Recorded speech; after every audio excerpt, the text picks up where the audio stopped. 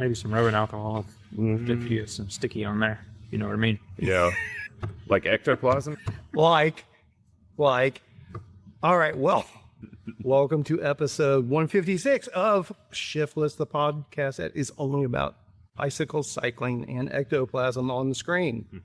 So much ectoplasm. So much ectoplasm. And, hey, it's August in Texas, but we're in the air conditioning. Yeah, it has been blistery.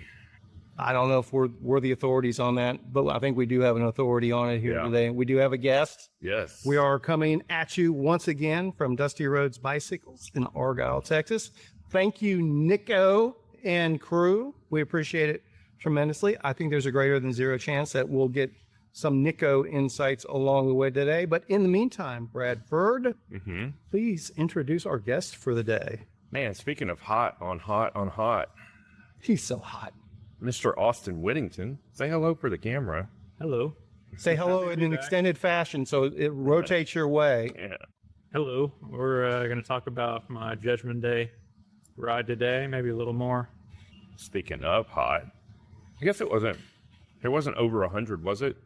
Yeah, I clocked about 6 hours over 100. Jesus, yeah. That's the Garmin temperature, so it's more like surface temp rather than air temp. Yeah. You know, being in the Duna. Yeah, but it was right at the cusp either way. Right, 199. Jeez. Well, what was the humidity that day? I think it started low 80s in the morning, so not terrible, and went down to maybe 70 in the afternoon. Not the most humid day, but nonetheless. And just I realize it's hard to retroactively compare, but was it better or worse this year? As From far your as heat, it's perspective. definitely hotter this year. Yeah. Yeah. But route-wise and effort-wise? So this year I did the 100-mile route for the Judgment Day. Mm-hmm. And the course layout was different than last year. So this year I had to head south Well, the first half. first off, for those that are listening or watching who aren't familiar with Judgment Day, That's fair. why don't you give an overview of what a proper Judgment Day is to the masses, and then we'll delve into how you might have gone outside of that Venn diagram a little bit. So Judgment Day is a kind of a classic event now. It's 10 Dallas trails in one day. And generally people will drive from trail to trail. That's the typical. So they'll ride one trail, drive to the next trail. Yeah. Ride the next trail, and so on. So they have two options, right? Two options. There's a 70-mile and a 100-mile. And mainly, I think there's a couple trails you did 2 laps of, and that's what got you the extra miles. Yeah. Or maybe one extra loop at a couple other trails. Well, there's actually a couple more options, too, because there's the single-speed category in 70 and 100. Right. If you're really foolish. It's the same thing. Yeah. So the same distance. Yeah. You just made a life choice. Yeah. And our boy Garrett, big shout out, got first in the 100-mile single-speed option. Out of how many? It was a lot. It was 18. No, that was a serious question. Yeah, I think I try to keep track of what the single speed market's up to. I think there was 18 or 17. I saw a graphic yesterday. Adam sent it, or Garrett may have sent it to our group, and the single speed category was the highest completion Percentage. It was like 89% completion. It must be a lot easier. I would say that there's a lot more commit from single speeders. Or more experience, for sure. Needless to say, the least or the lowest percentage was the 70-miler. Yeah, regular. beginners. Yeah. Maybe, Well, that's maybe people that really don't know, may not have any idea what they're getting into. yet. Yeah. This is their introduction to Yeah, and something you're at like this. Trail 6, and they're like, Trail 3. yeah, maybe. I think Trail 6 was a big cedar, so yeah, that's pretty accurate. Yeah. All right, so now, Austin, we'll delve into how your approach was a little bit different than the masses. So instead of driving from trail to trail, I rode from trail to trail while doing the 100-mile course. Yeah. So the total distance ended up being 219 miles. And then it was just under 20 hours total time and 17 hours moving time. And it's a 24-hour cutoff, right? Correct, yeah. So 6 a.m. to 6 a.m. And what was the first trail and what was the last trail? Corinth was my first trail. We had 3 options. That's Corinth, Nob Hill or North Shore. I chose Corinth just because that's the shortest route Yeah. on the road to Yeah. get it completed. Right. And then the last trail was a trail called Pecan Grove over I've not ridden that trail. just south of Rockwall there. Jeez. That's a hike just to Yeah, it's a 40-minute drive on its own. just to getting get home. them looped together. Is there a safe way to ride a bike over there? Yeah, it wasn't bad. Okay. So there's a trail on the other side of Rockwall, which we'll get into this later, but I had to do it out and back past Pecan Grove, go across the lake, then ride back across the lake again to Pecan Grove. And that bridge has a protected bike lane. Oh, it does. Great, yeah. Fantastic. nice. I was not aware. Yeah, so that was nice. So that's probably, I don't know, 10 or 12 miles of just flat bridge bike path. I'm going to need your help on a project, but we'll talk about that later. Yeah, so I started at Corinth, went to Nob Hill, went to North Shore, went to River Legacy, then down to Cedar Hill, then to Boulder, up to RCP, to Squabble Creek, which is the one on the east side of the lake. I always forget the name of that lake. It's Wait, you were at Cedar Hill and then you went where? Boulder. But where does Big Cedar come into May? I said Cedar Hill. I meant Big Cedar. Oh, okay, Yeah, okay. yeah, you're right. Because I was like, why would you not hit Big Cedar while you're right there? It's the Cedar Hill area. And Cedar Hill. I was just trying to That's what I was follow. thinking. Yeah. I just said the wrong. I was trying to keep Yeah, you're Debbie at home updated. Then Squabble Creek and then Pecan Grove to finish. And where was your biggest crux? that you had? Boulder. It was just the hottest time of the Yeah. time of the day. Right before the sun started going down, I guess. And that trail beyond humid, even when it's Yeah, it's a slow trail, slow moving, yeah. and there's not really a whole lot of payoff there. So you're Not, kind of not a lot of breeze cutting through there either. pedaling over roots the whole time. Yeah. There's no layoff area where you're just like, okay, this is smooth going for a little bit. And it's a long lap without getting cold bottle water or anything. Yeah. Kind of long. So trail. I can only assume that your beautiful wife, Steph, ran nutrition and Yeah, she stuff. drove the van around almost all the trails. She skipped Nob Hill because I didn't quite need her yet. It was early in the morning still. Yeah. So she drove the van around and was at the trailhead for me with a cooler full of ice, drinks, and snacks. Yeah. So full support. How many bags of Nerds clusters did you go through? Didn't have any nurse clusters. I'm How many pounds Tang?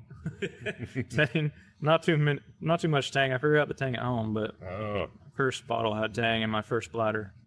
So I had a frame bag on my bike that had a 2-liter bladder in it that I was drinking. Yeah.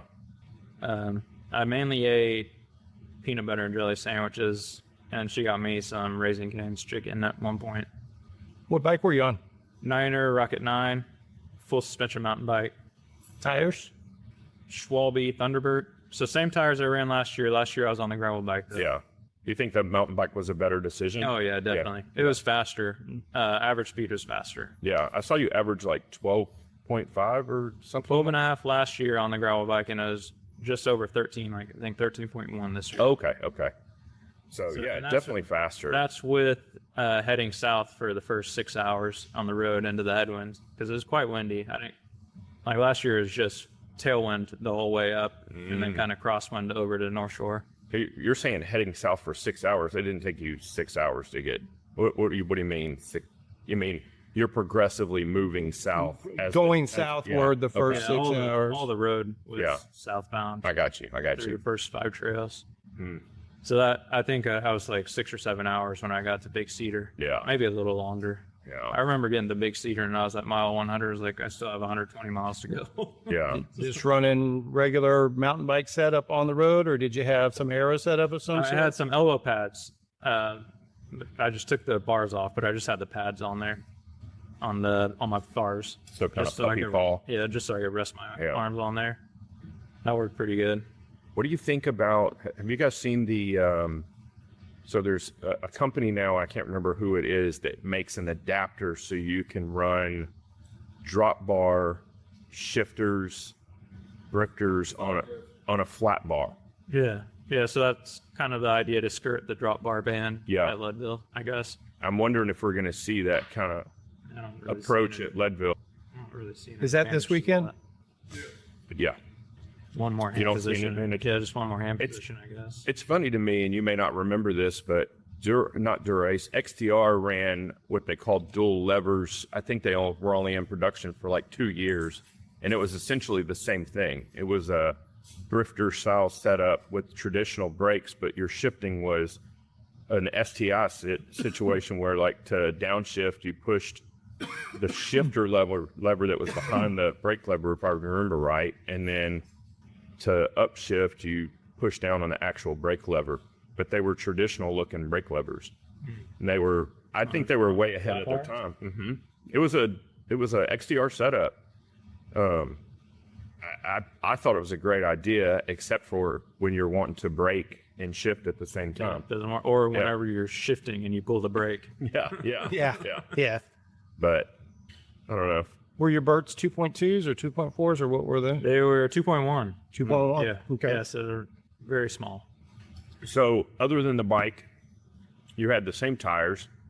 I presume you had similar wheels, or a little bit wider wheels, huh? They might have been this. No, yeah, they're similar wheels. Yeah. Maybe a little wider, maybe 25 mil internal. The other ones are 21, maybe. Okay. So. Okay, so a little bit more volume there. And obviously the suspension is a blessing, especially on trails like Big Cedar. I mean, Big Cedar on a gravel bike is not fun at all. I've done it. And I did not want to do another lap of that last year. This year I didn't have a problem doing the second lap. Yeah. Yeah, the suspension is a blessing. And do you have a lockout on your bike? So on the road you're locked out? Yeah, I have a lockout. I never use it. I just leave it open all the time. Okay. Yeah. But it's got a pedal platform like most current suspension, so unless you're really hammering out of the saddle, it's not going to break free. Right. Yeah. I like it being open. It just absorbs all the road chatter. Yeah. Big bumps. Yeah. Especially when I'm using the aero bars. Yes. Yeah, that makes sense. Or the Yeah. aero pads. Yeah. Even more dangerous. So it helps with those kind of bumps. Yeah.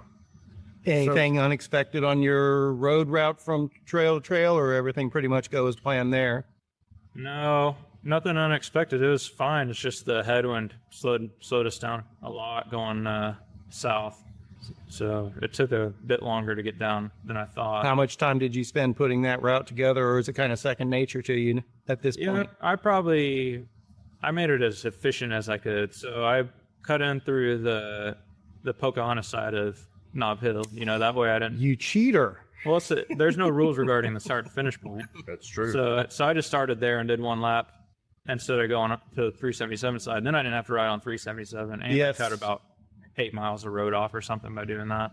Yeah, 377, that stretch is There's awful. zero heat map there anymore if you look at it. It's terrible. There's always glass and debris over there. And just literally bumper to bumper 60 mile an hour traffic on it. Getting over that bridge. Getting over the bridge is of ridiculous. Knob Hill is ridiculous. Yeah. Yeah, that's So I avoided that. That cut some miles off. I probably edited that route, I don't know, five or six times over the course of the month leading into it, just trying to fine tune it. It worked good.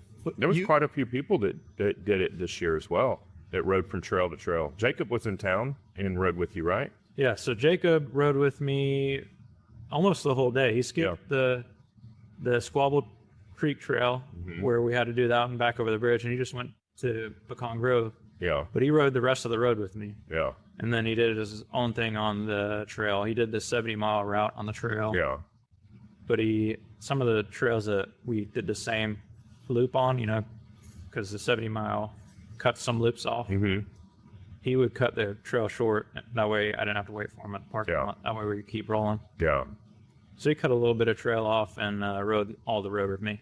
Right. I'm sorry. What'd your total mileage end up being? 219. 219.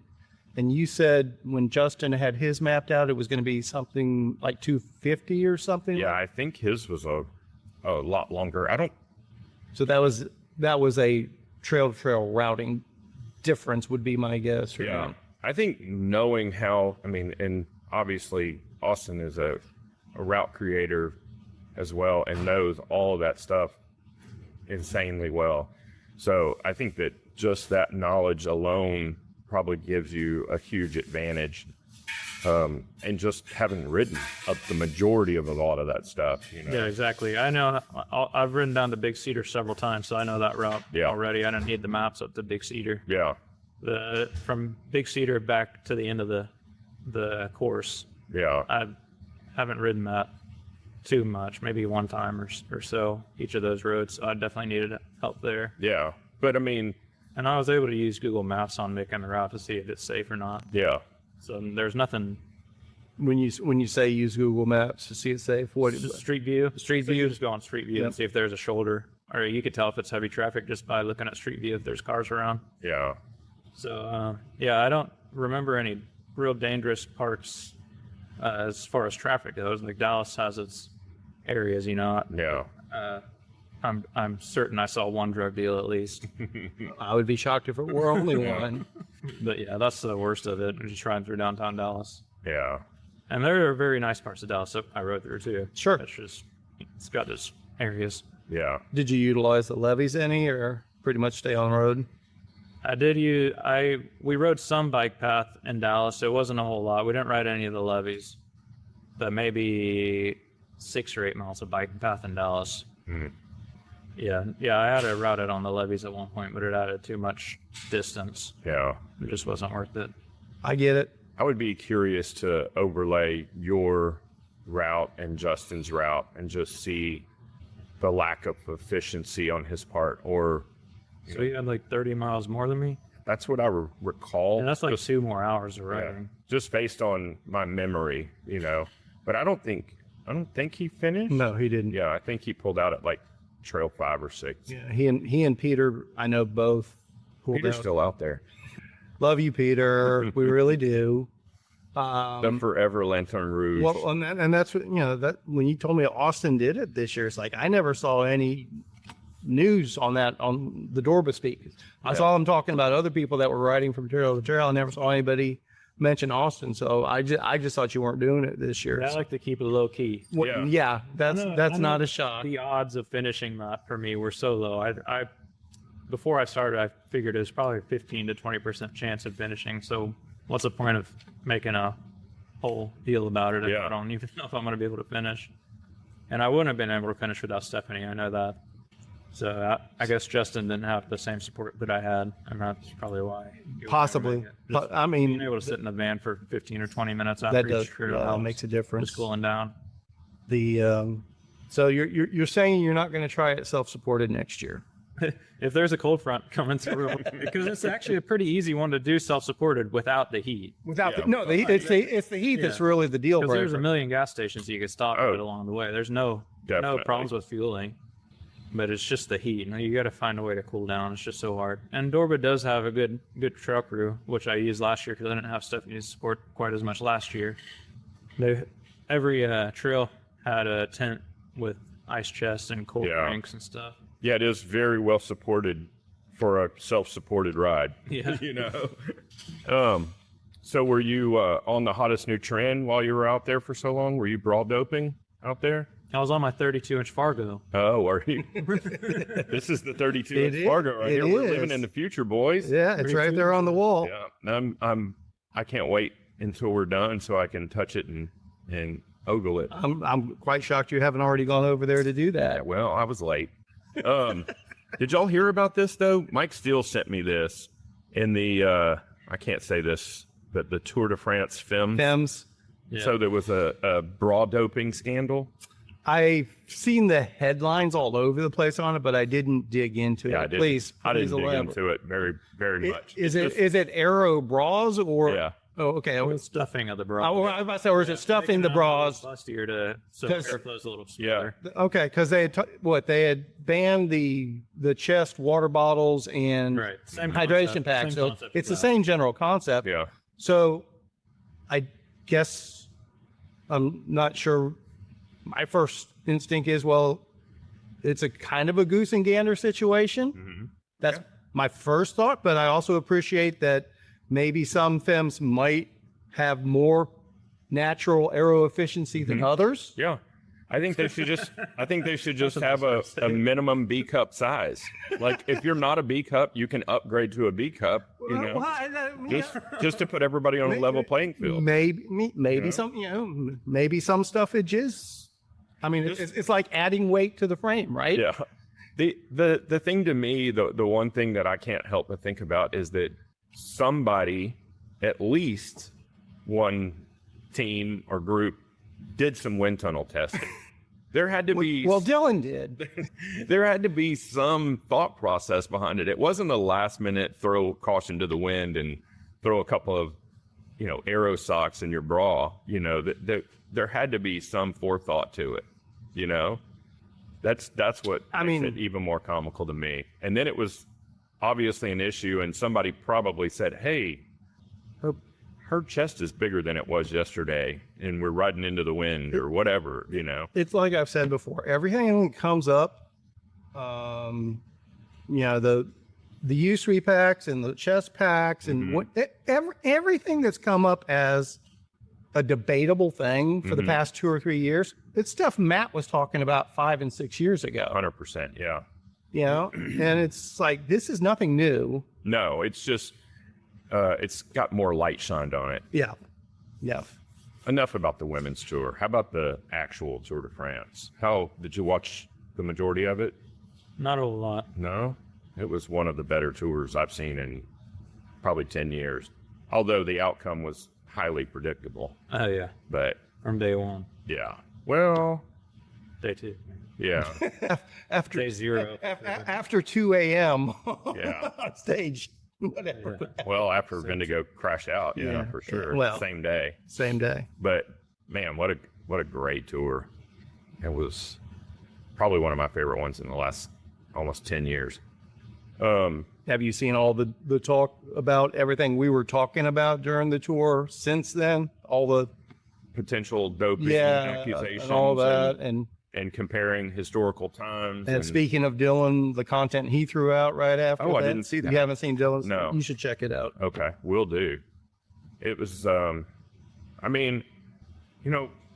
even when you examine our small DFW area and you've got an outlier like Austin, people are going to say, well, what is he doing that I'm not doing? And when you have someone like Tadej Pogačar that is the pinnacle of road racing, obviously there's going to be, people are going to want to cast shade, even if it's unwarranted, but I think only time will tell if any of it's warranted or not, Yeah, it's just real hard for people to comprehend how freakishly abnormally talented these guys are. Yeah. Like, I don't have that talent that they have. Right. I'm a normal guy that just worked really hard. Yeah, I've got my little God-given gifts, but it's not what they have. But I mean, your stature helps, your dedication helps, and your knowledge of obviously fit and function and, you're nutrition. Exactly right. That's what I mean by my little gifts, which is exactly what you just said. Yeah. I'm very strategic. Yeah. I'm knowledgeable, and I like learning, and I work hard. Yeah. Yeah. And I'm extremely self-motivated, which most people aren't. Yeah. And a lot of the guys that we're talking about who are freakishly abnormally fit don't have those things that I have. Yeah. And that's what but they have the ability to get up. But they have millions of dollars behind them, and they have a team telling them, okay, this is going to make you more efficient, so they don't have to think about it, and they have chefs that are cooking them the exact meal that they need to recover and fuel and all that kind of stuff. Yeah, those are the marginal gains, of course, but there's physiology behind that normal people don't have. Absolutely. Yeah, I'd be curious. I don't know what Toddy's VO2 max is, but it's got to be off the charts. It's in the hundreds. Yeah. Like probably 100 or 105s. Yeah. Around there. I mean, he is an absolute specimen. And there's only been maybe 2 or 3 people measuring over 100 VO2 max. Yeah.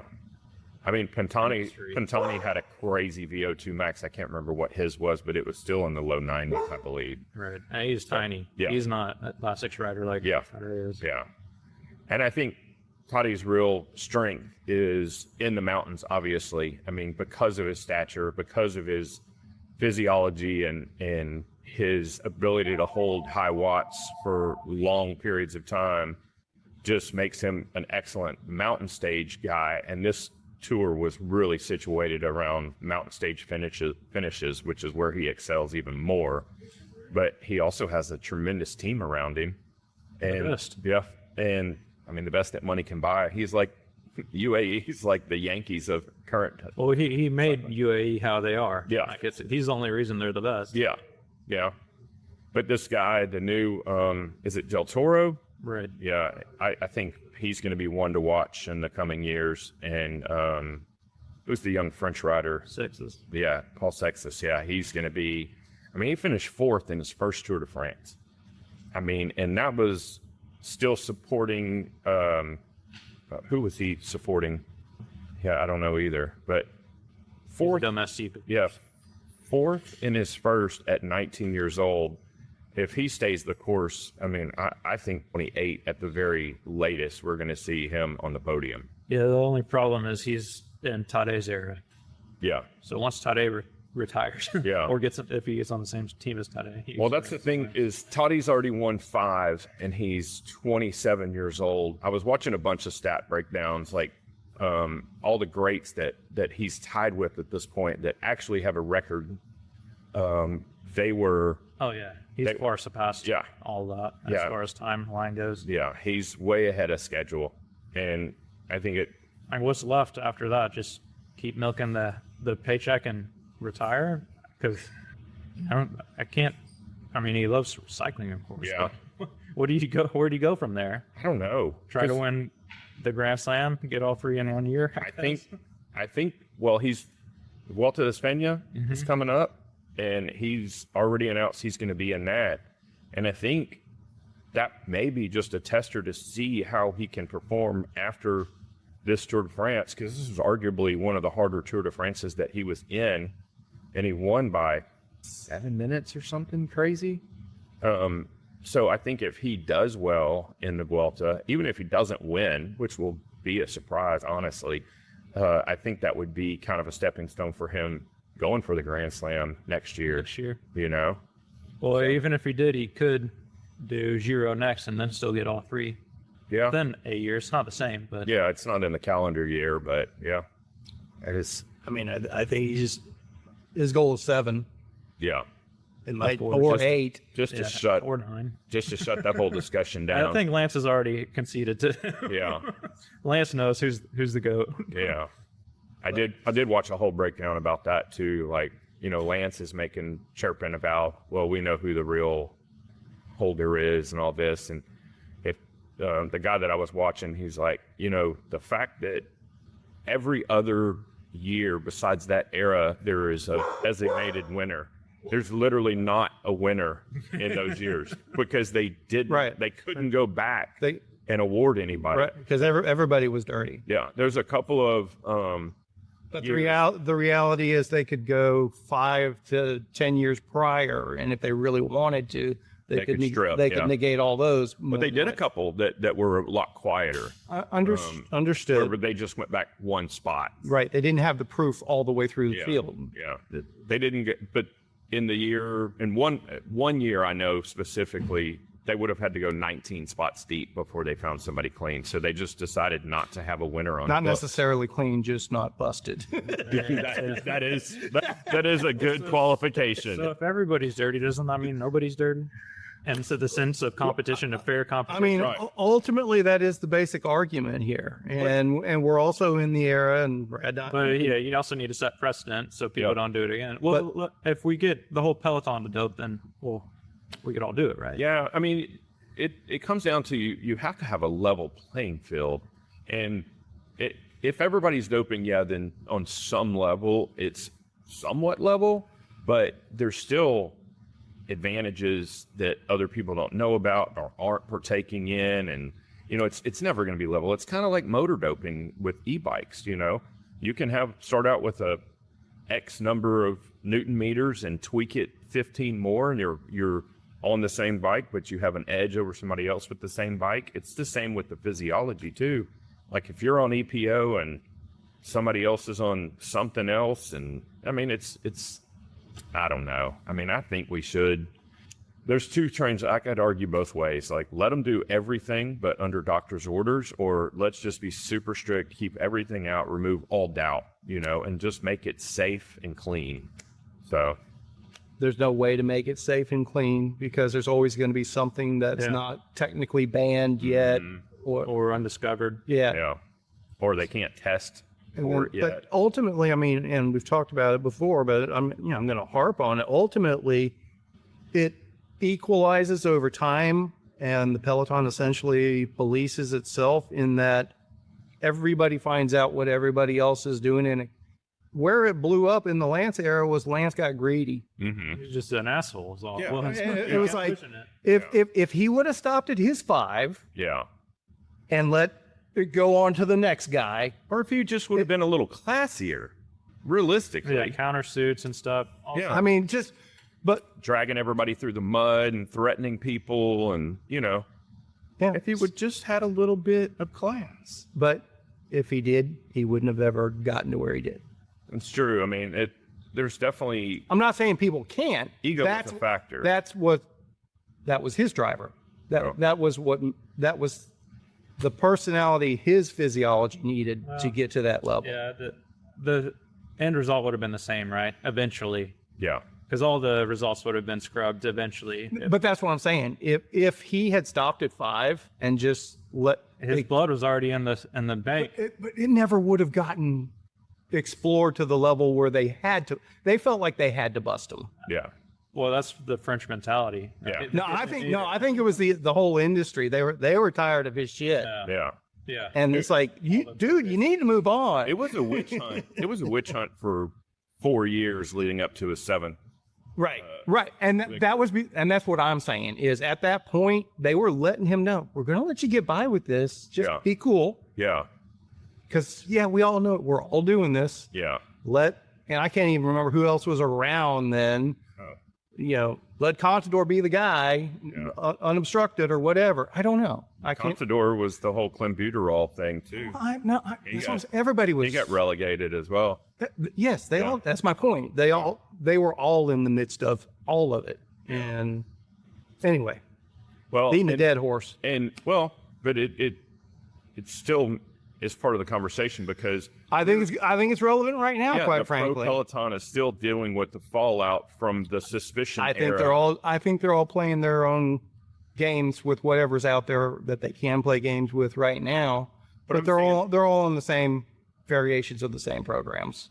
But what I'm saying is there wouldn't be so much suspicion around Toddy if all of the things that we're discussing hadn't taken place.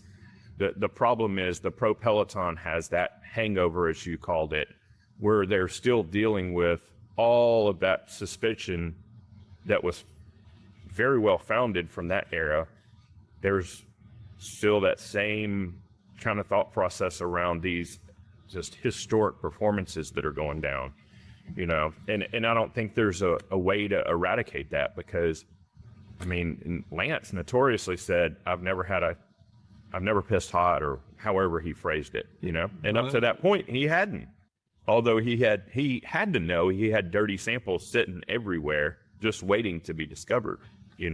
I can't imagine being in that position where you're cheating, it's just a matter of time before you're going to get caught, and you're just like a cat covering its shit, throwing all the poo. I think our current political climate's a good example of the same thing. It's like, if I just keep fighting, I'm never busted, sort of thing. I'm never guilty, even, because I'm still doing what I'm doing. Yeah. Nobody's stopping me, so I'm still top of the heap. Yeah. Well, do you think Tade is doping? Is that where we're going with this? No. Personally, I maybe foolishly want to believe that he's clean. Right. He's doing everything above board. But it's like I said, it's impossible to not examine and at least contemplate whether or not his heroic efforts are somehow being embellished by something. Because this guy is ahead of everybody. Yeah. Ahead just that much better than the rest of the field. And he has been since he came into the sport. So is he basically on something that is not mainstream? Only one person knows about that, and that's his team doctor? Yeah, I don't know.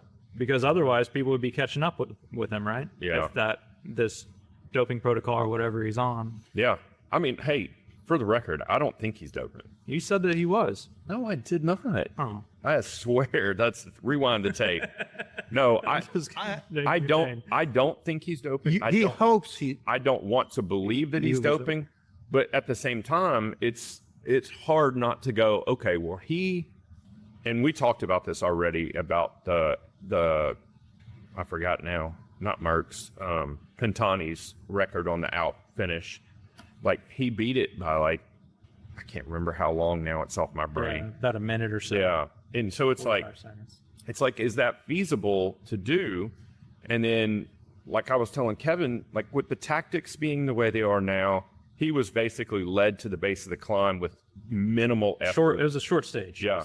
So was it a short stage? It was a 3-hour stage. Yeah. Oh, okay. That does make a difference, too. And then he didn't have to there was no attacks going up. He just rode steady pace, Toddy's pace. Yeah, he was set up for that record. Yeah.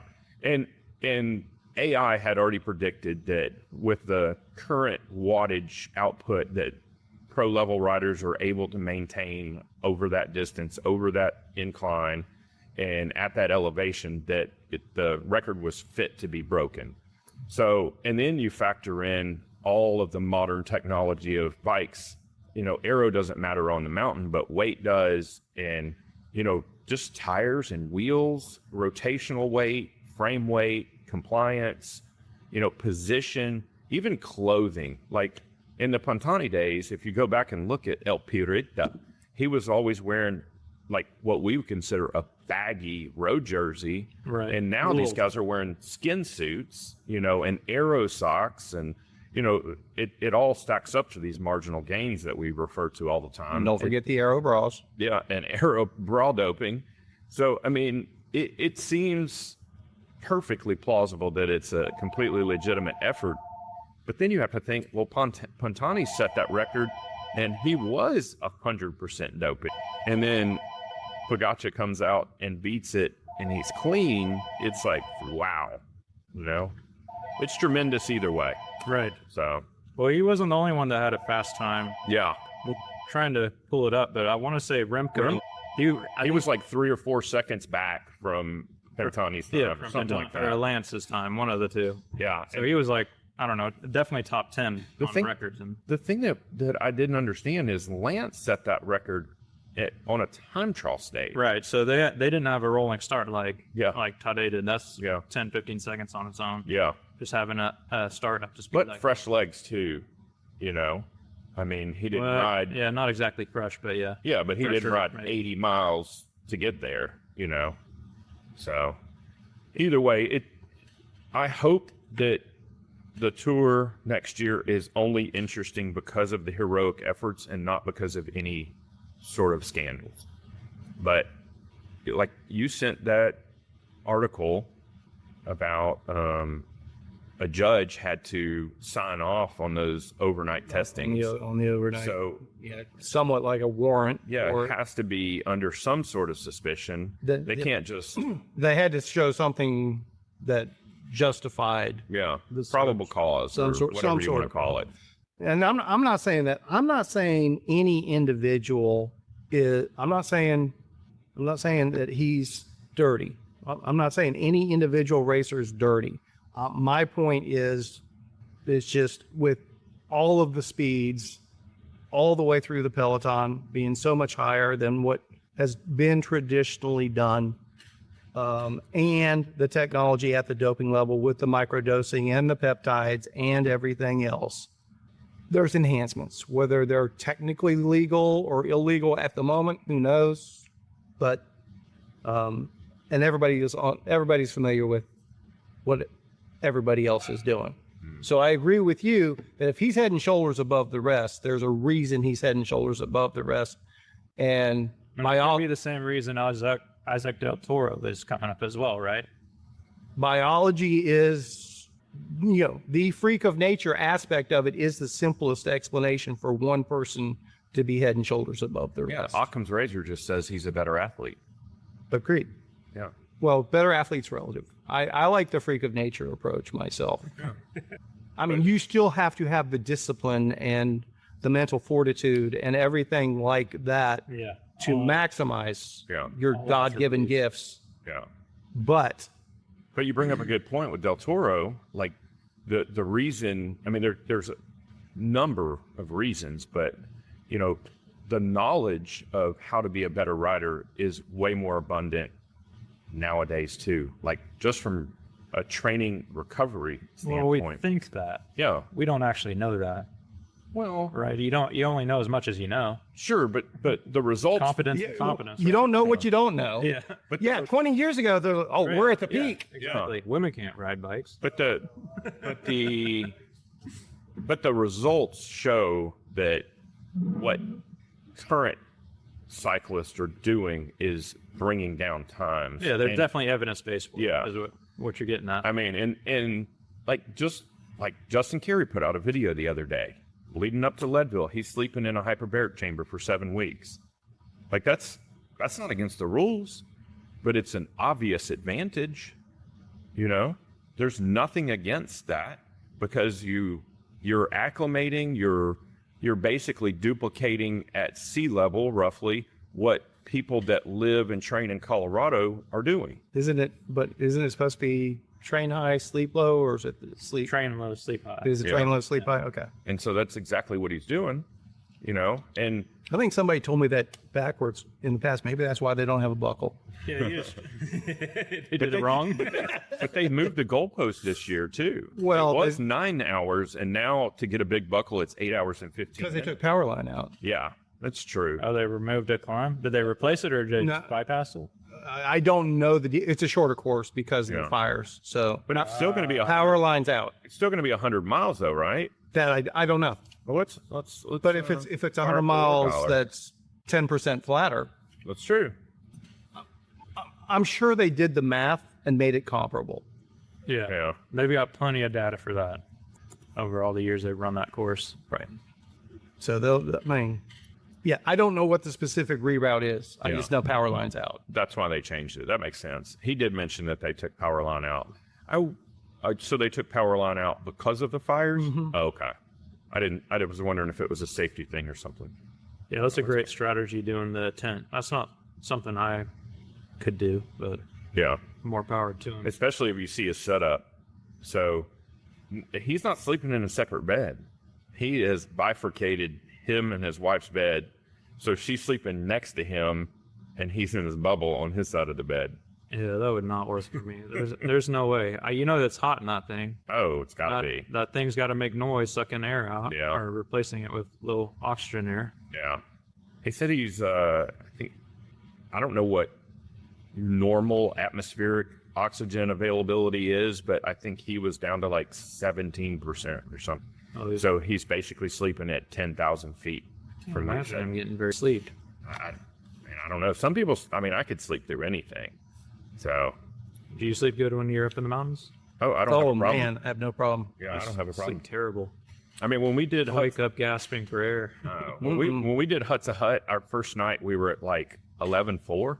Oh yeah, so real high. Yeah, and I was fine. Yeah. Adam was not. Yeah, they say that And he's got a place at 11. the higher your VO2 max, the worse you are at altitude. So that makes sense for you too. You son of a bitch. Well, that makes sense. I sleep great at 12,000. What So. a backhanded compliment. Oh. Is that true? That is true. Really? You're more reliant on oxygen to produce energy. So. Makes sense. That tracks. That tracks. Because I'm sure my VO2's. That's disheartening. 2026. Let's try this one more time. Leadville course, not the trail. 102.1 mile course.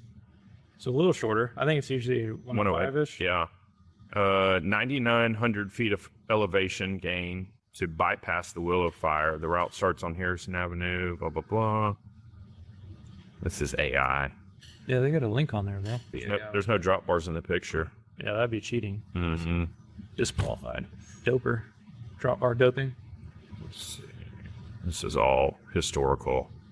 Let's schedule course info. I haven't heard anything about any 32s for it yet. No, I don't. Yeah, so AI was wrong. Yeah. 101.3 miles. and 98, 97. Well, maybe they made additional adjustments. Hagerman Pass Road, Sugarloaf Mountain, and Power Line. Athletes will rejoin the original course at the bottom of the power line descent before heading into the outward bound. Hagerman Pass is in Over the top? over the top, I think. Yeah. That tracks. I've never done that course, so I'm not familiar with it. This looks extra, though, here. Yeah, this little loop. Yeah. Yeah. Because it's usually a direct out and back, so they got a loop there as well. Yeah. Well, this is the start and finish. I don't think they've changed the start and finish. I think what you're saying is they normally follow this route right here, and they put in this right here. Maybe They that's had a to couple make miles. yeah, they miles. We got an elevation chart on there. Yep, just as elevation gain. But you said they changed the cutoff by an hour, 45 minutes. 45 minutes. Yeah, the big buckle went from 9 to 8:15. Okay. So, and Justin, I think this is his 5th year or 4th. I think it's his 5th year, and he's still trying to get a big buckle.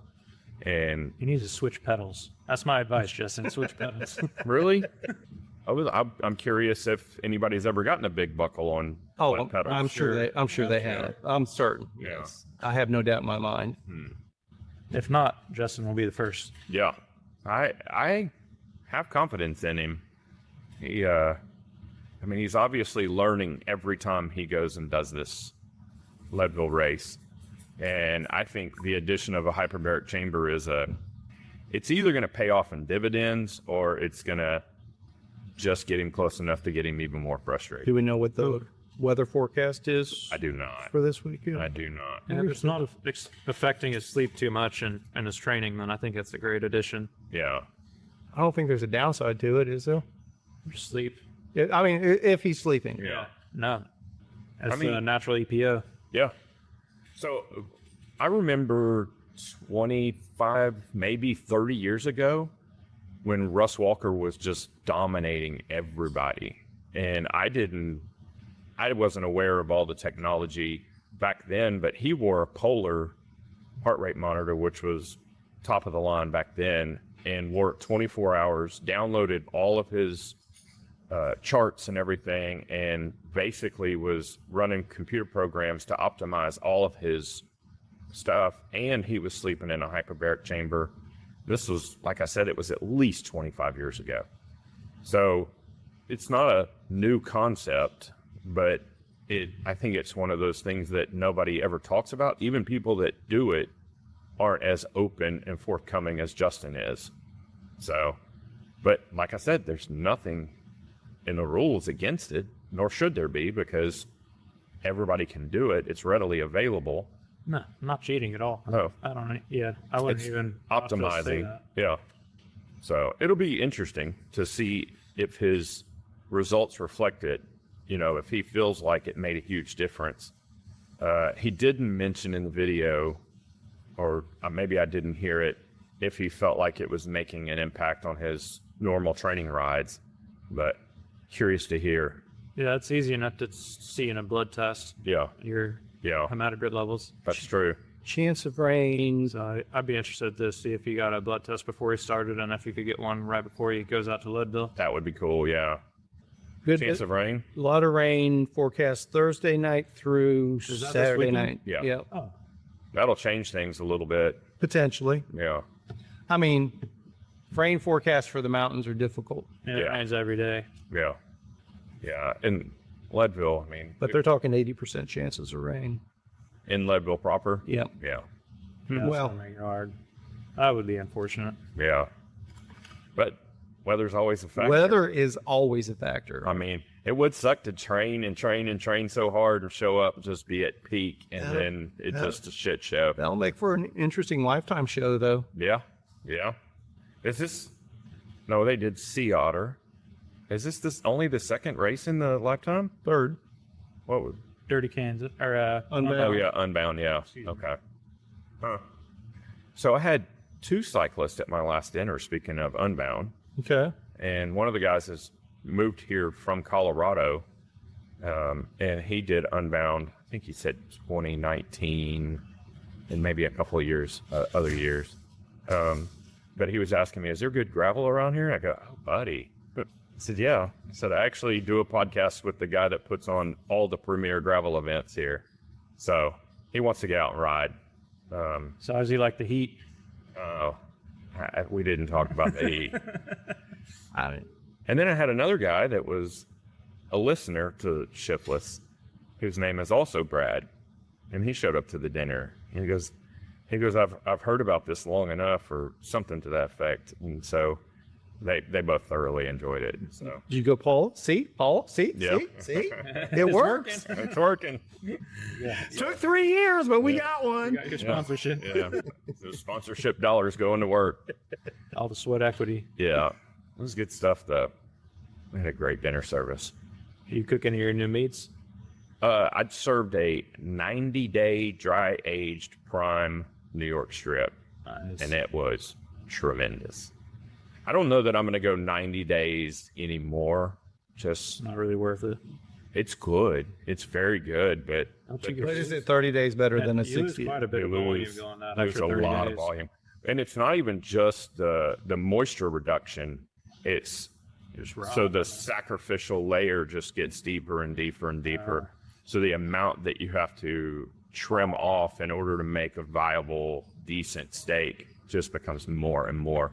But what I did do is the second to last piece that I put in, I rubbed all of the parts that weren't protected by a fat layer. I rubbed them with beef tallow, hoping that that will mitigate some of that transference of just because it's almost like when you overcook a brisket, that one portion that starts to char and dry, it just becomes cancerous almost. It just leaches in. And if you can protect that one part, that you won't have all of this. And that's my thought process, even though there's no heat here. I just want to keep the moisture. The moisture will That's- still be able to come out. Interesting. I've Yep. never thought about that. So have you physically tried that approach where you I have one working right now. protect the point? No, I'm talking about No. on an overdo. Obviously, you don't want to overdo the brisket to begin with. Right. And this is cycling related because brisket is fuel for cycling. High iron content. Yes. Exactly. But Help you with your hemocrat. more along the lines of the last brisket we cooked was amazing because it was just a perfect I say consistency all the way I across. say it all the time. Brisket selection is victory number one. Yeah. Oh, it's all about the pieces. Yeah. I mean, that's actually 70% of the game. I have actually opted not to cook a brisket multiple times because Because you couldn't get a good piece. couldn't get a good brisket, and I'm not going to just waste all the Waste time and effort. 150 of that brisket. But you know, I am going to bring this back to cycling because here's the thing. Going back to the Del Toro discussion, there are guys right now that can pick up a brisket for the first or second time and cook a fantastic brisket Because information's the readily information available. is readily available, and not only that, there's not as much gatekeeping, or it's impossible. It's to impossible gatekeep. to gatekeep. And there's not really any secrets to brisket. The main secret is patience, you know, but handling and monitoring.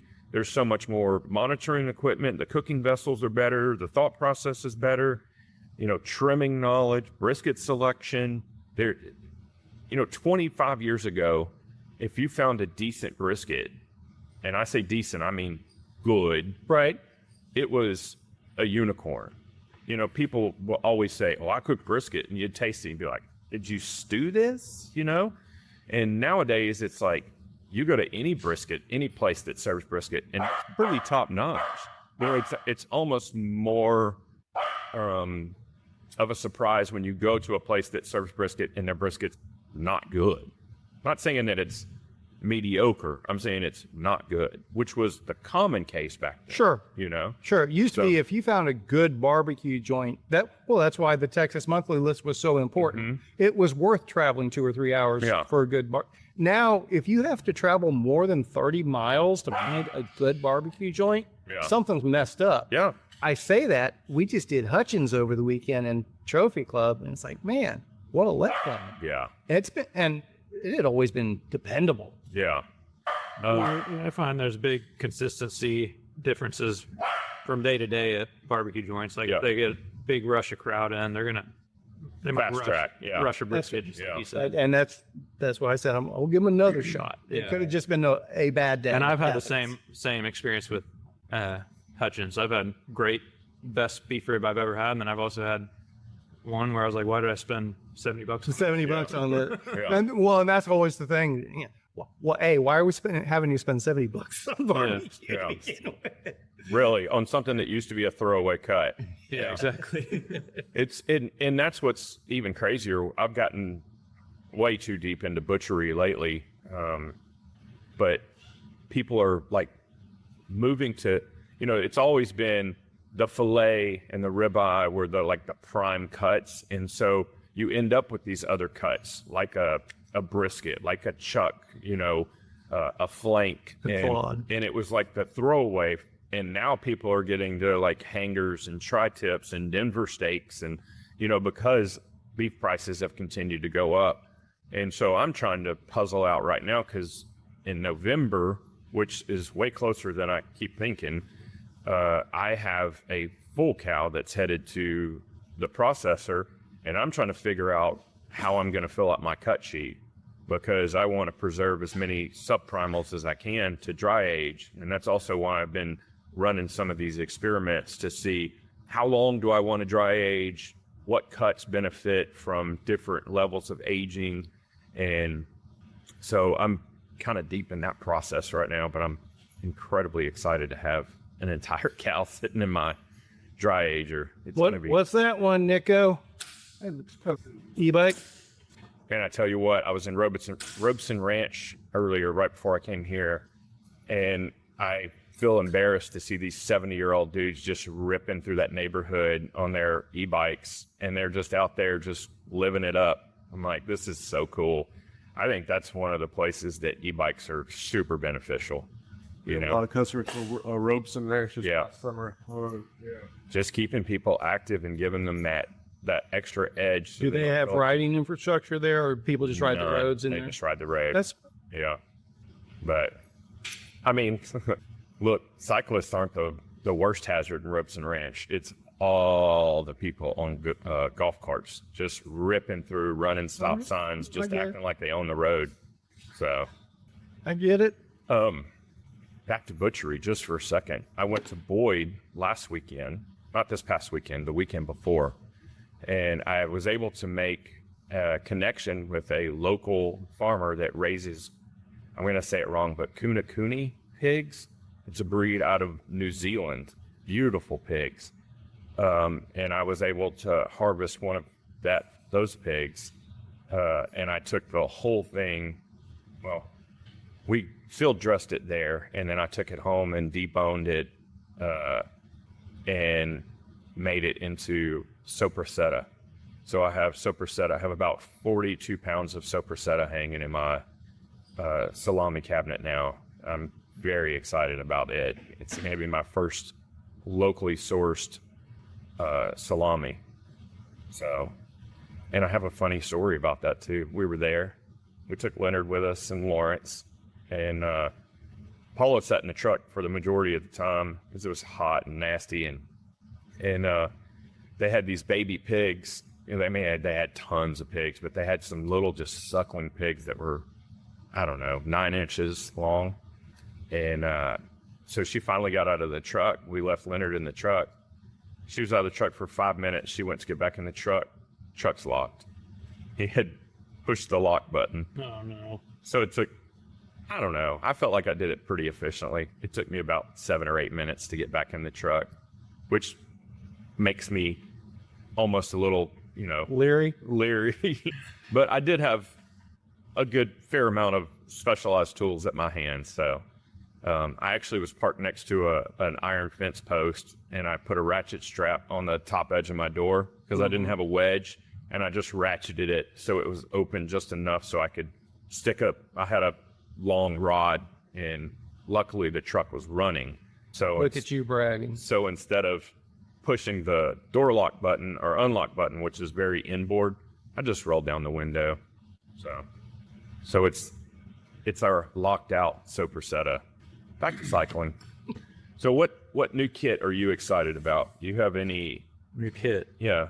Um, Obviously 32 is not your jam and you want to poo-poo all on it, but oh, nothing about poo-poo. It's just I'm not as excited as you two. yeah. Yeah. Every time I see 32 in the description, I click next. Yeah. That's fair.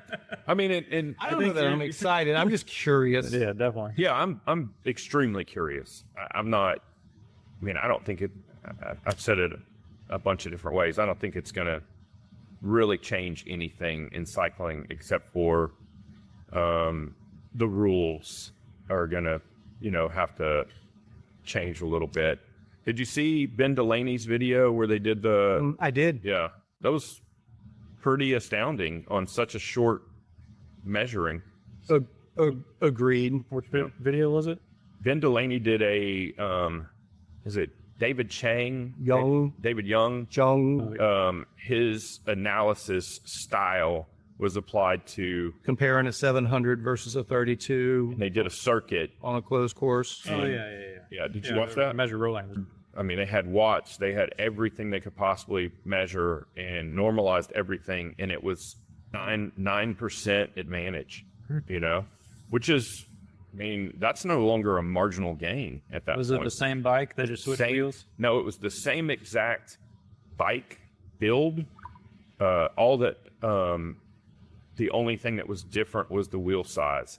So it was the same frame manufacturer, same bars, same shifters, same everything across the board, to the point where he even at a disadvantage, he kept his position similar.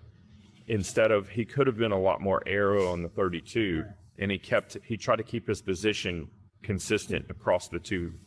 Same tires, I assume? Just Yep. different sizes? Yep. What tires were they? I think they were peyotes, weren't they? I can't remember now. I can't remember off the top of my head. They did. They went through all that. I can't. Interesting. Those, It's definitely worth watching. I mean, they properly did the science. Yeah, I mean, they made it as close as they possibly could. Now, I don't buy into that it's an across the board 9% advantage. It's that particular test with that particular surface. Yeah, if you're riding steady state on a Yeah. smooth surface. Yeah, and they were on champagne gravel, or he called it something else. It was champagne gravel with some bumps in the hard pack, but nothing, no chunk. Yeah, No chunk. yeah, nothing technical. No, He did multiple runs or just one on each? he did. They basically had like a, and don't quote me on this, but it was like a 3-mile loop, and he did it like 3 times with on each bike, and they cut out the end in the beginning. Yeah. Just to So acceleration, Yeah. deceleration. yeah. Yeah, that's good. But that's where the differences are made, are accelerating and Sure. decelerating. Sure. Especially when you're comparing weight. But he was, so they started on an incline.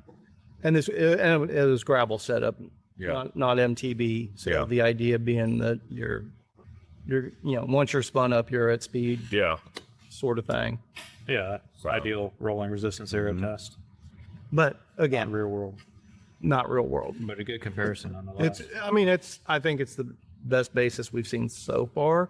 Yeah, I kind of wonder why. I mean, with 32, you think maybe they'd narrow the tire size a little bit to save some weight, but it doesn't seem like they've done that quite yet. And I guess there's just not. I mean, they're giving up the pound and a half, 2 pounds regardless. That's the way they look You at save it. 100 grams. Well, I mean, but everybody's going to wider tires anyways. I think is going to be about magic, Yeah, I mean, my maybe. experience with racing and big tires is I'm not getting dropped on the flat section where we're already accelerated. She's I'm not getting- on a 32, is she? No. It looks like she must be I'm tiny. getting dropped going over the crest of a hill or sprinting up a hill Yeah. where that acceleration matters, and Yeah. it's going to be slower with a bigger Who's tire. dropping you? Adam. Oh, really? Yeah, he sprints me up the hills. Uh, He doesn't ride very much anymore, though. yeah. Well, he's on a like you, Z-bike, Seems right? to be contagious. I think He's I been caught it hanging from out with him. you too much. No, I haven't seen him I don't think I've seen Adam in a month. Maybe you're about Seems like. at least. Speaking of tires, I meant to ask you earlier when we were talking about Judgment Day, you ran the Thunderbirds? Yep. And did you have any tire issues? No. Awesome. No, I don't. I find like those delicate tires on single track are fine. It's just gravel where you have problems. Yeah. Where there's road debris and stuff. Like, a single track is so well groomed. There's not broken bottles and stuff out there. Well, big cedar sometimes. What sort of pressure were Harry you Brown stuff. Yeah. What Yeah. pressures were you running? I think probably 30-ish. Really high. That's narrow tires and a lot of Understood. road miles. So Yeah. kind of sacrifice some grip for a little extra speed on the road. Yeah, that makes sense. Makes all the sense in the world. Yeah. Yeah, I meant to ask you that because those, in my experience, and I mean, I've had problems with almost every tire, but that whole line of Schwalbe tires just seems to be flat prone. Yeah, they're real delicate, and you kind of have to run them hard. Otherwise, when you're cornering, you just pop them off the bead, and that's how thin the sidewalls Yeah, are. they're very pressure So sensitive. if you run them harder, then they're definitely stiffer in the corners. Yeah. So they don't bend on you. Yeah. I can't. burp those tires before just running them too low. Yeah. And then once you burp it, if you're not putting air back in, it's just a downward spiral. Mm-hmm. So I can't wait for the radials to make it into like a cross country weight, but I don't know if that's ever going to happen. I think it would with all the graphene and Yeah. the carbon fiber technology. Yeah. Because I would love to those tires just on the hand feel softer. You know, it's just a better Have you feeling ridden them tire. I have not. No. They're all big mountain bikes. Yeah, they're all enduro at the very least tires. So heavy. Gravity, you know. So, but the premise is you can run a higher pressure and have more purchase and more suppleness than the same size tire at a lower pressure. I can vouch for that part. Yeah. Oh yeah, Kevin has a set. Oh, you do? Were they pretty The good? Marys? Pretty smooth? I can't even remember which ones they are. I think they're Marys. Maybe. I don't know. They're the chunkiest downhill ones. Yeah. They're on my e-bike. They're on the Tributary, but Yeah. they are supple as hell, Yeah. aired up. And Have you ridden like an equivalent Maxxis, like a BHF? yes. A lot And smoother than those. I mean, I say I've ridden it, probably not just for a very short period. And these just seem like gobs of traction compared. Gobs. Yeah. These are like Velcro going up Yeah. the sides of the trail sort of thing. You know, it's almost hard to maintain a line. It wants to dig up everything else, Yeah. You're making your own trail. basically. So, any new tech that's on your radar? Are you designing another super secret stem or anything? Not a whole lot going on that front. I know you're I always don't have as much money as you. tinkering. So. Whatever. I'm broke, just trying to, I'm just like everybody else in the DFW area, just trying to act like I have money. I don't even pretend. Every time I start to make money, the world goes sideways on them. Bastards. Yeah, so not a whole lot. I'm on the same old gear. Yeah. No new projects that I could think of. Or that you can disclose. I'm going to do Hotter in Hell coming up. That's my next race. So they're doing a USAC race, 100 mile this year. And what's the goal is to win? Yeah, it's kind of hard to win those races. The low probability of that. But Yeah. I'm going to try. It's hard to win just because I don't have a team. I'm racing against teams. Yeah. Why wouldn't you put together a team? I don't have as much money as you. It's expensive. We've already covered this. I don't It's have any hard to money. find. It's hard to find people who Who can support you who could support me and would support you. Well, because they're already on another team, basically. Yeah. Anybody at a comparable level is already on a And team. then I could join another team, but then I would be the new guy on the team, and I wouldn't get priority. You wouldn't. Yeah. You, At that level, you would be you'd be low. the domestique. He'd be low man on the totem pole. Exactly. But I mean, what are the But that's one that I could win without a team. Yeah. Because it's so long. That's a long. I mean, race. Is it the traditional 100-mile route, or is it something different? It's 100 miles. I don't know if it's the same course though. I'm not sure what they've got planned for course. Because in years past, when it was a USAC race, they would do a different course than the rally route. yeah. And I don't know if they're going to do the rally route. So without giving away too much, what do optimal tactics look like to put yourself in a position to win that race without a team? Yeah, it's kind of hard. Basically, just patience. Mm-hmm. Just wait until everybody's tired, then trying to go away solo. How about So say, that's your move. find the twisty section and get out of sight. Yeah, there's not a whole lot of that, but No, There's a if couple. there's a win. Well, depending on the routing, there's a couple spots, Yeah. but That's So the win last is year, I terrible. think we talked about it last year a little bit because I got third in the race last year. Yeah. By that margin. It was a sprint. Yeah. And I got dropped before the sprint, but I almost got back up. Okay. But yeah. But did you? It was similar. I was just patient and then went whenever it dulled down, and a group of 3 of us stayed away for like 40 miles or so. Yeah. Or a group of 5 of us. I can meet you out there on the motorcycle. That would be an advantage. When There was like a police escort, and I was like, please come closer. when is Camera Hotter crew, Than Hell? camera crew. When is Hotter Than Hell? August. No. Yeah, definitely August. Yeah, definitely August. Coming up. 4 or 5 weeks. Well, it's not going to be 4 or 5 weeks It's- if it's in August. 3 or 4 weeks. What? Let's see, this is 15th. I think it's late this year. I think it's like August 28th or something like that. That sounds right. Yeah, so there's only, I think, 5 people registered for it right now. That was going to be my next question. What's the field looking like? Because nobody races for 100 miles anymore. Yeah. Yeah. And, it's only 3 weeks. But yeah. What's, yeah, so what's the date on it? So we it's August 29th. okay. Okay. Yeah, so there's not very many pre-reg yet, and part of that's because they announced it late. They only announced it 5 or 6 weeks ago. And everybody's going to register last second. yeah, and it's anyway. going to be last second anyways. But the teams, like there'll be 4 or 5 guys from each team. If there's 4 teams, that's another 16 people, Yeah. 20 people showing up. And it's a Cat 1-2 race, It's Cat 1-2. so it's separated. So it's going to be a smaller field to begin with. But I've done that race in years past where there were 100 guys racing. Yeah. So the tactic is obviously make sure you're with the lead group, sit in as much as possible, do as little work as you can get by with, wait for people to start flake, and then make your attack and make it stick and stay away. That's one of them. Yeah, that would be ideal if that happens. Ideally, it's really hard the first half, and people get tired. Yeah. The field doesn't really diminish that much. People just stop pulling. Yeah. Just because it's so easy to coast in the In the drought drought. on. Yeah. But yeah, that would be ideal for me. I know, back to Russ Walker, he historically won that race and just soloed for, I want to say it was 50 or 60 miles. He just went off the front, dropped everybody, and just soloed.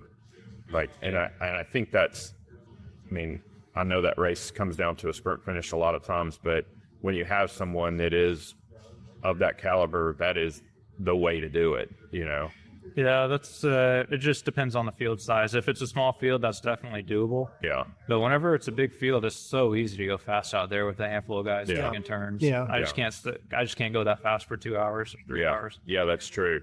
Well, and it depends on how willing everybody is to work together too. If you've got a bunch of people trying to mark each other and be like, no, I'm not working for you and all that, you get some infighting within the pack, then it could be advantageous to you.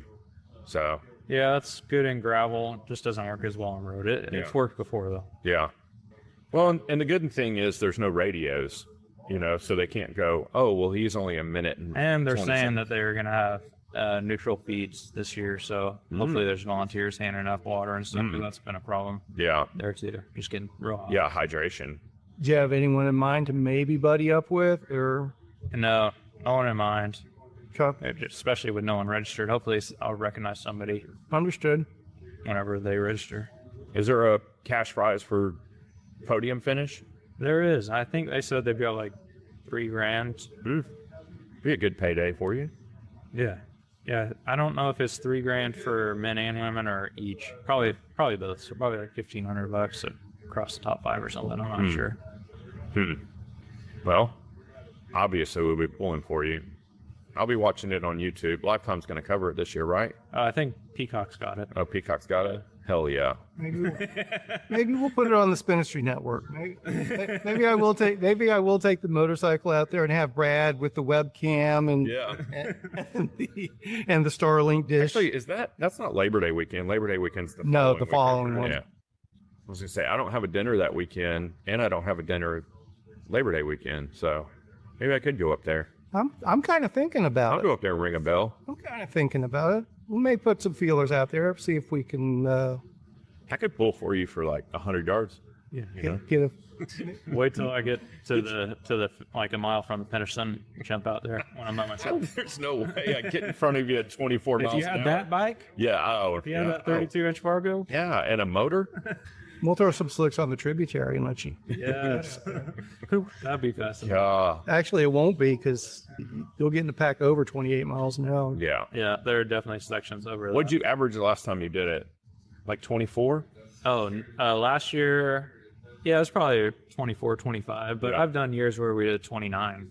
Oh shit. Yeah, that's how easy it is to go fast out there. Yeah, because it's dead flat. It was I mean, like a 3-hour, 45-minute race. yeah. The heat and the wind are the two factors you really have to contend with. Yeah. So, and obviously packs that work together, but You just stay on the front pack. that's tremendous. Yes. Easy. Yeah. So you think I don't want to ask that question. Yes, there is. There is. Yes. I think there is. Yeah. I know there is. That's unfortunate because that's the thing. If there is at that level, then how do you dispute that there isn't at Well, the Tour de France level? I just tell them that there it is, and then it's settled. Okay. Are we talking about the same thing? Yeah, Okay. I think so. Okay. And Dylan's video was interesting. It's understood to be, it's granted, a wide swath, 20 to 40% of the field, all levels. I didn't watch the video, but it wouldn't surprise me, especially at like a master's level. Yeah. Oh yeah, master's level is like 80%. Yeah. That doesn't surprise me. Because I most. don't think that the Tour de France peloton is though. At least not during the race. Yeah. Maybe off season when they're training, but I don't know.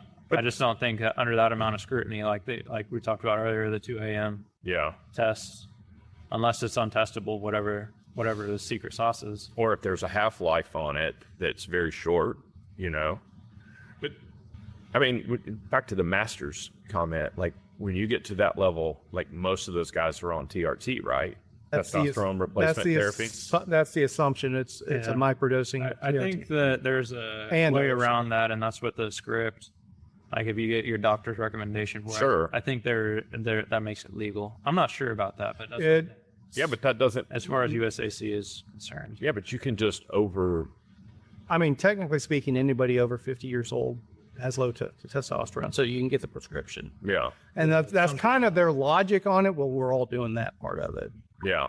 But if you're only supposed to be taking X amount and you just up your dosage and your testosterone is way higher than it needs to be to regulate you back to where you were in your 20s, then you have an obvious advantage as well. I don't. I don't even know how that's administered. If it's a dosage, like pill or what? I don't know.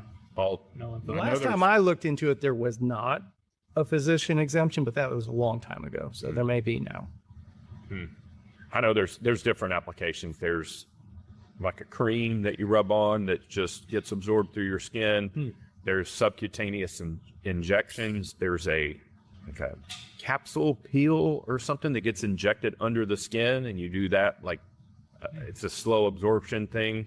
But time release or something. yeah, You've done your research. no, I just know people. You know the same people. Do I? Old farts, old racers. The guy that we haven't seen in a month or so. Oh yeah, Yeah, he needs that extra for his e-bike. yeah. So his freaking new e-bike is sexy as That is hell, though. sweet. And he got that badass Allied. That's what Justin's on for Leadville this year, by the way. Oh. He's on an Allied BC40 with live valve.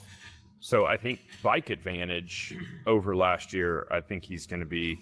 Although What bike was he on last year? Trek, I don't even know what that. Super Cal or something? Yeah, super caliber. Yeah. He did say that the BC40 was like 4 or 5 pounds heavier, which didn't track. Well, he turned into an Amazon weight weenie over the past year. So he was just finding every super lightweight thing he could put on his bike. He became a weight you're good. weenie.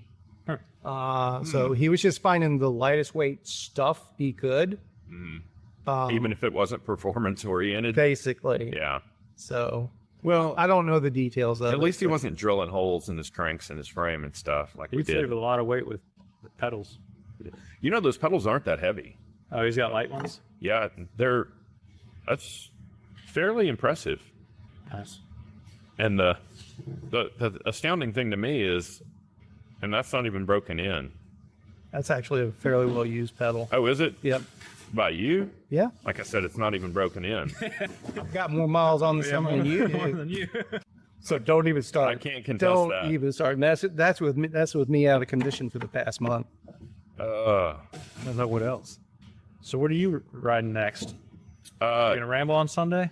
well, I was running late. I meant to bring my Fargo up here and let Nico. It's about time for the Fargo to have somebody else put their hands on it besides me.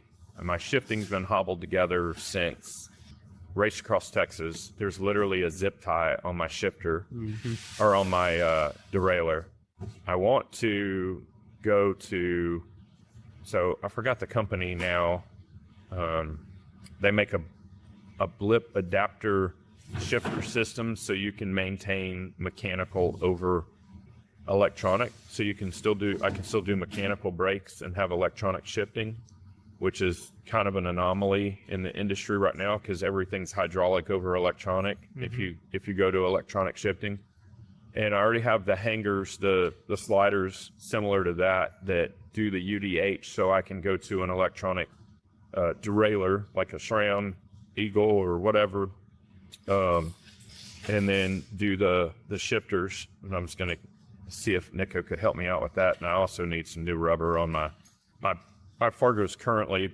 The last time I rode, I was nursing a front tire, and the next day it was dead flat, and it's worn out anyways. It's a 2.2 Mescal up front, so that's why you haven't been riding? Just bike problems, or Man, you're just not motivated? I've got more excuses than you have time, buddy. Let's not get into that then. I've also had my right knee's just been flaring up, and I was noticing when I was in the pool the other day, and I'm just kind of flutter kicking. I can feel when there's not any pressure on my leg or anything, when it's just free floating, I can feel there's friction in my knee, and I probably need to go get it looked at, but I'm just Arthritis. Yeah, it's just old, man. Yeah, it's I need getting some old. TRT. Yeah, I had knee problems. GLP-1. One summer. Yeah, Just had to take some time off and it went away. yeah, I don't know. That's probably not what we got, but yeah. He broke the big 5-0, so yeah, it's all downhill from.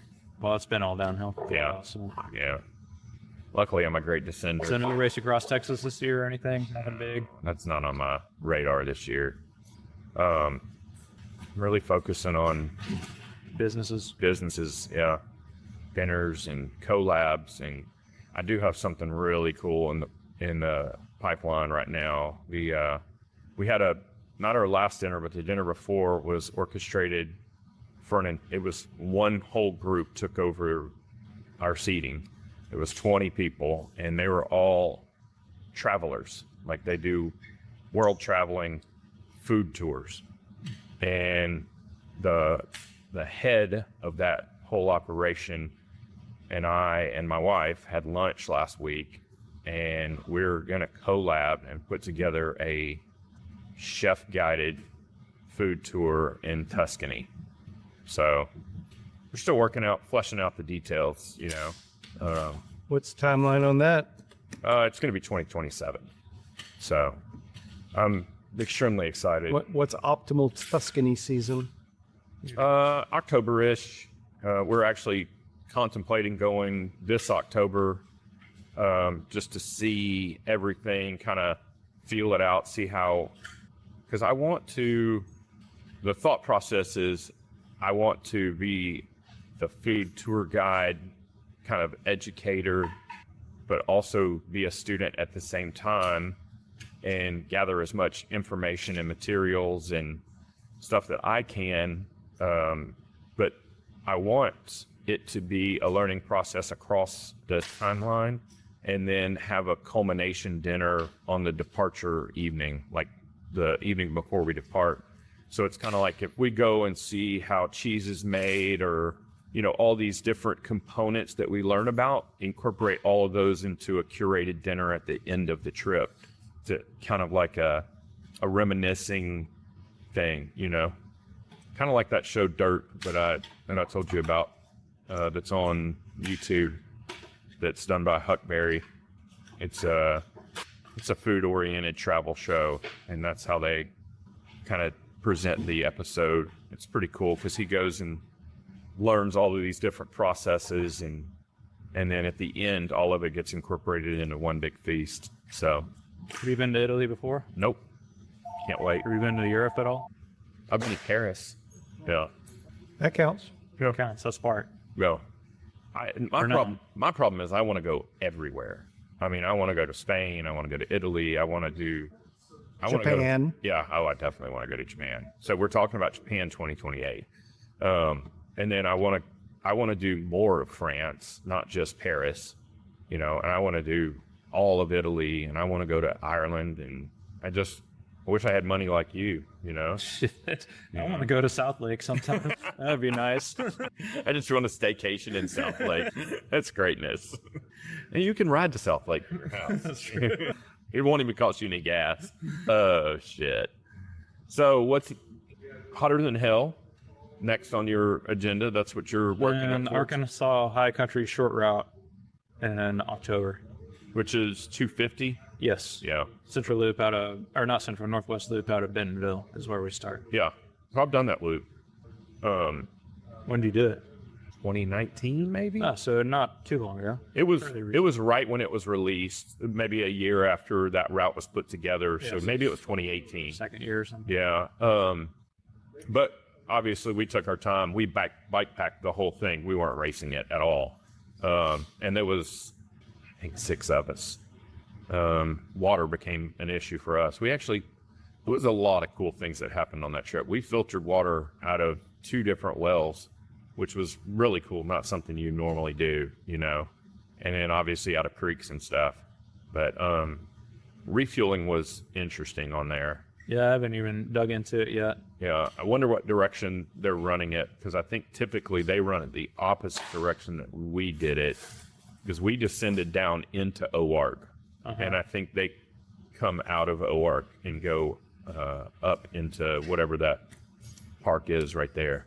Yeah, I'm not sure. Yeah, it's a beautiful route though. A lot of climbing, obviously. So you think it's chunky enough to deserve a mountain bike? Yeah. Just gravel, big Gravel. tires. Yeah. Big gravel tires, 50s or something. Yeah, do your 2.1s on your gravel machine and you'll be fine. There's nothing super chunk out there.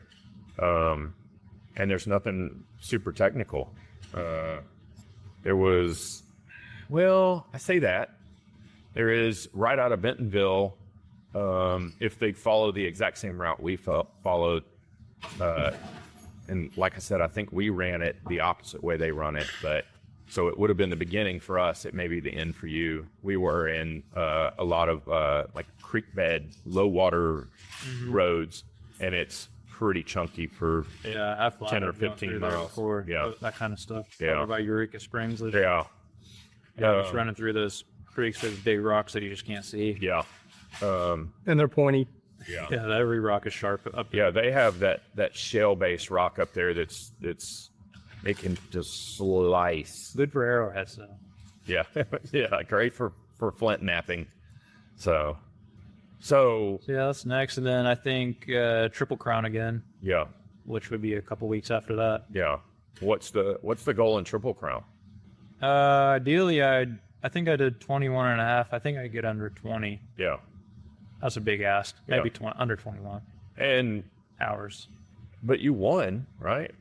So I mean, obviously go and win and just Yeah. shave time off. Yeah, off it's of, just personal accomplishment, I guess. yeah, yeah. And how does it work? Like talk about Pogača,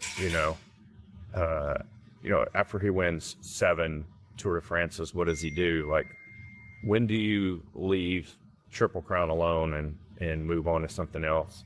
Like if you go and you get That's a a sub little 20, different. So yeah, we're talking. Lance did 7 Tour de France wins. mm-hmm. That's 7 times 21. It's 145 or 148. What are we talking? Oh, I'm not following your math. That's 21 stages. Oh yeah. 7 times. Yeah, okay. 150-ish. Yeah, I got you. That's 150, 100-mile rides. Yeah, Maybe a couple of time trials in there. yeah, I haven't done that many 100-mile Yeah. rides in my life. yeah, You know what I mean? yeah. Mark Cavendish, how many wins did he have? 35, I think. How about career wins? The 300, 400? Oh man, That's 400 100-mile races that he's done. yeah. It's a whole different level. Yeah, that's what I'm talking I mean, about. I'm not even close to that level, so don't compare me to him. Yeah, but you still have a day job. That's a main defining factor, you know. Nobody's sending you a check to ride a bike, Right. you know. So Yeah, I'm doing it for fun. So Yeah. if it's downpour raining on the day of race, I won't race. Yeah. It's that easy. yeah. Well, as always, Yeah, I love the training process and yeah, pushing myself, finding Yeah. my limits. yeah. That's my main draw. Self-motivated, like we said earlier. So, not to nerd out too much, but watt numbers, like Pogača did, right at 400 watts for the entirety of that climb, which was almost 30 minutes or 32 minutes or something. How unobtainable, if it is, for someone of your caliber, how skewed is that number from what you could do? Just for some perspective, not Probably for 50 watts. I could do 350 for Okay. that duration. Okay. I've done 400 for I think 12 minutes, maybe. Yeah. Maybe 13. Yeah. I just don't know. As a mere mortal that sleeps very well at elevation, I have no comment of these numbers. They're just numbers on paper to me, you know? Definitely another level than I am. Yeah. Maybe 2 or 3. Yeah. Okay. And that's where we were talking about earlier. I think maybe there's guys like me that are doping to get into the Tour de France level, but they're at the bottom. Like they're just hanging on. Yeah. Without doping, they probably wouldn't be there. They're not the ones that are Yeah. the freaks of nature. We saw, did you watch the final stage? No. No? Man, it's worth watching. But Van der Poel and Pogača traded hits for, call it the last 10 miles. And It was the same course as last year going up that hill. no, A little different. it was a little different.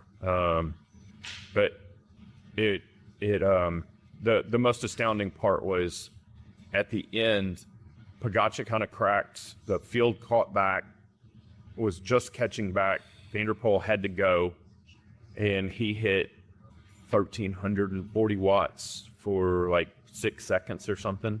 And I was just like, I have no concept of what that actually Yeah. is. I mean, that's That's not that monstrous- much. It's not. No, not for a sprinter. Maybe if you're, I don't know how long the stage was and how much Yeah. work it did before that, but maybe it's a lot for that. But Yeah. just raw power, that's not. Like you'll see 2,000 watts sprints Hmm. on the track.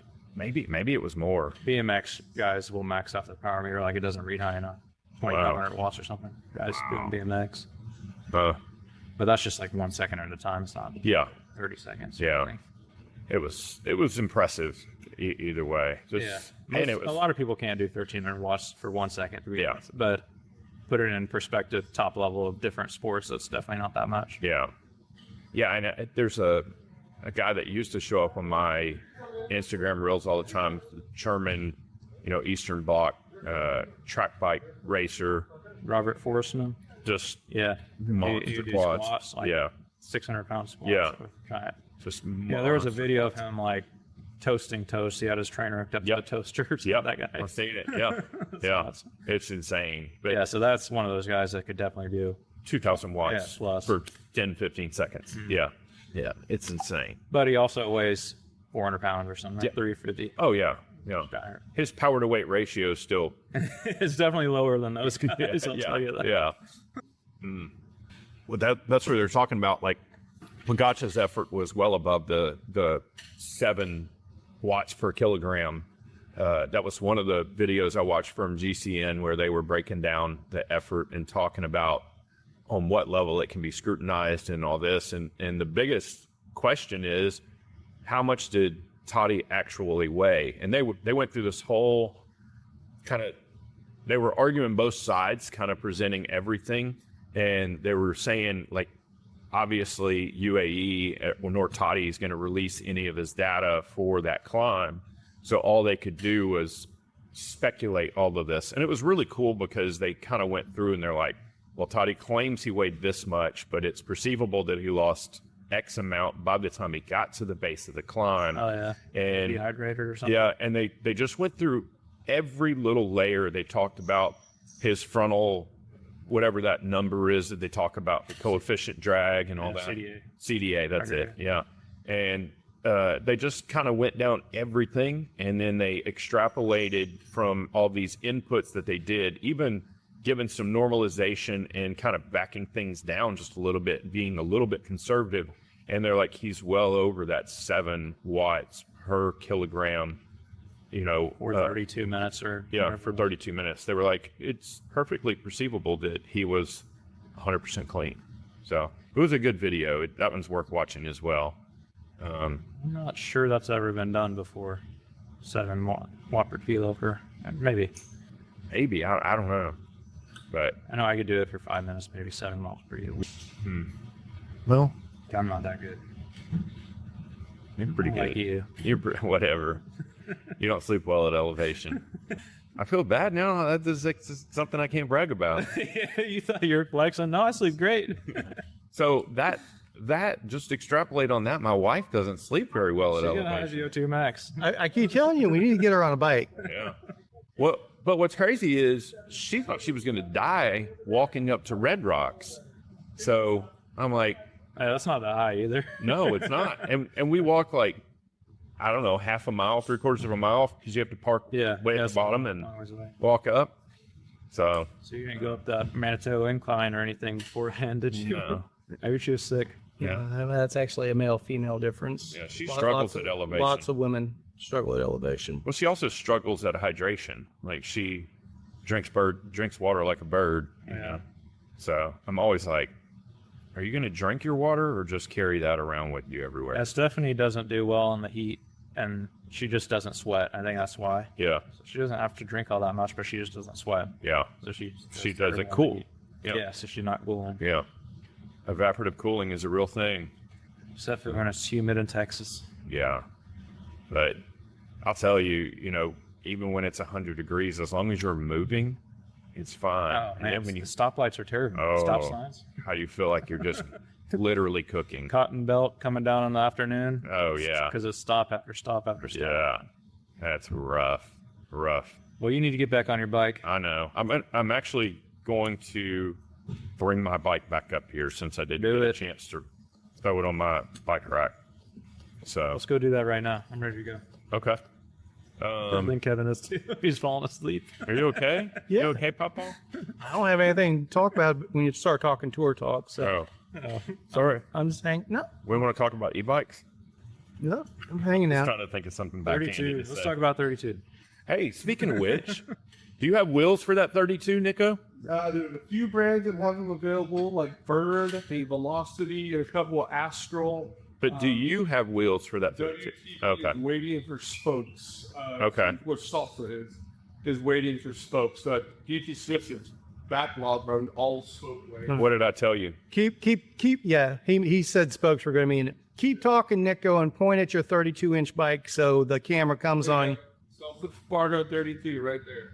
Keep talking. So Talk the lots. steel one, it looks just like the titanium one, which is getting unique this year. But I mean, look at the fork on that thing, right? Yeah. It is massive.